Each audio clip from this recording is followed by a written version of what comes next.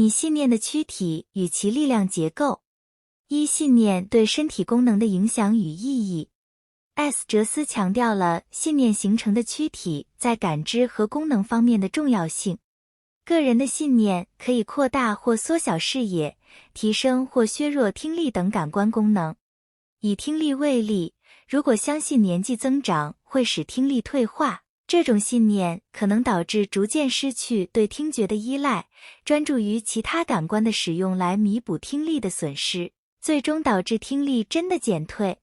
这种情况下，身体功能的恶化实际上是由于信念导致的。类似的情况也可能发生在身体的其他部分，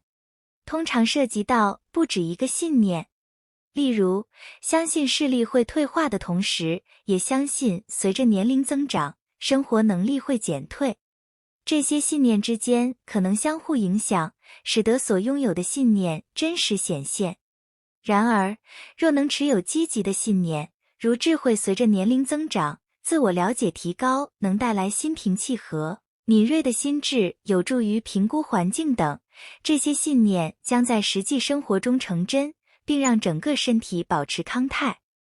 哲斯强调，信念并非虚幻的幽灵或幻影，而是真实存在的电磁实相，影响身体，并被神经系统转化为血肉中的东西或体验。因此，理解并正确引导信念，可以对身体功能和生活产生实质的影响。总的来说，哲斯的观点提醒我们，我们的信念和思想不仅影响我们的心理状态，还直接影响身体的功能和表现。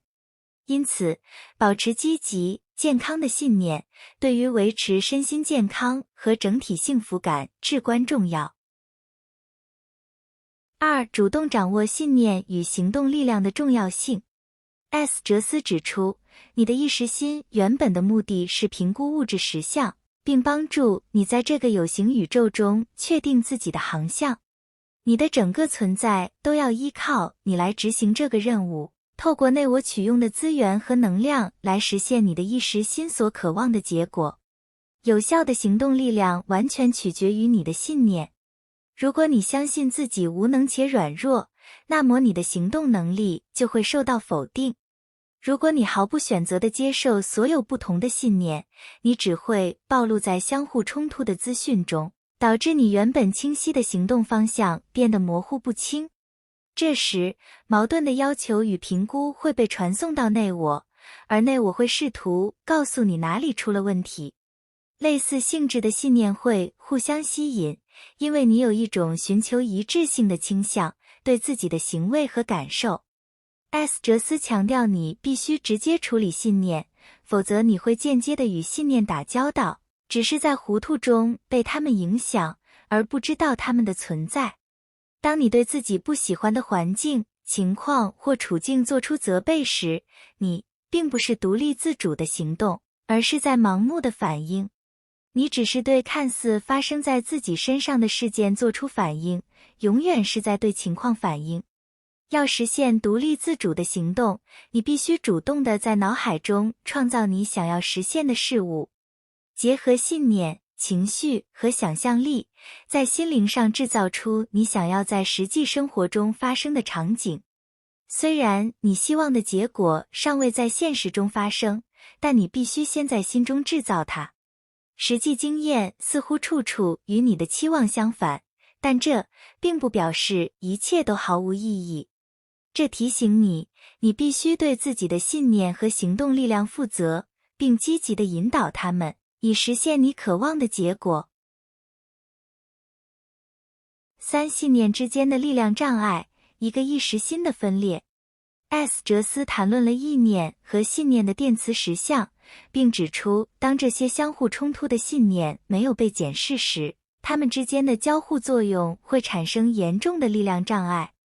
有时这种情况甚至会导致两极化现象，也就是意识心分裂成两个不同的部分。哲斯举了一个案例，这是一个名为奥古斯都的人，他是一个研究案例，显示了相互冲突的信念在没有检视的情况下所带来的后果。奥古斯都的意识心容许相互冲突的信念存在，而他自己似乎对这些信念无法达成一致。他深信自己无力、孤独、不被爱且不值得被爱，同时又坚信自己是万能的，能控制所有人的人物。这种相反的信念导致了奥古斯都的意识心分裂为两个自我形象，奥古斯都一和奥古斯都二。奥古斯都一感到无助，情绪波动剧烈，而奥古斯都二则是强而有力，相信自己是外星人，并认为可以使用超自然能力。这两个自我形象不断交替控制身体和行为，导致身体产生不良反应和不平衡。这种分裂发生在奥古斯都尚未检视、消化的信念和意念之间。他害怕自我反省，避免面对使他惊吓的信念，导致这些信念在意识心中累积，并形成两个相对矛盾的系统。当这些相对矛盾的信念在意识心中对立时，他的身体和情绪都受到影响。哲斯强调，这种分裂并非常例，但在意识心内未检视信念时可能发生。他也指出，奥古斯都二的存在并不邪恶，而是具有保护作用。它是奥古斯都为了保护自己不受破坏性意念影响而形成的存在。整个案例展示了信念之间交互作用的复杂性，以及当意识心未能处理这些信念时所带来的分裂效应。4. 透过我的眼睛，一位患有分裂症的个案诠释与治疗探讨。透过我的眼睛这个题目指的是一位名为奥古斯都的患有分裂症的个案的故事。这个故事描绘了他内心深处的两个不同的自我形象，奥古斯都一和奥古斯都二。这两个自我形象有着截然不同的信念与特质，并交替控制住奥古斯都的身体和行为。故事中，奥古斯都二代表住奥古斯都的权力感和自信，而奥古斯都一则表现出软弱与无力的感觉。奥古斯都二的出现是为了补偿奥古斯都一的软弱感，并向奥古斯都的妻子证明他的价值和强大。然而，这种交替的自我形象造成了奥古斯都的困惑和挣扎，也给他的家人带来了不少困扰。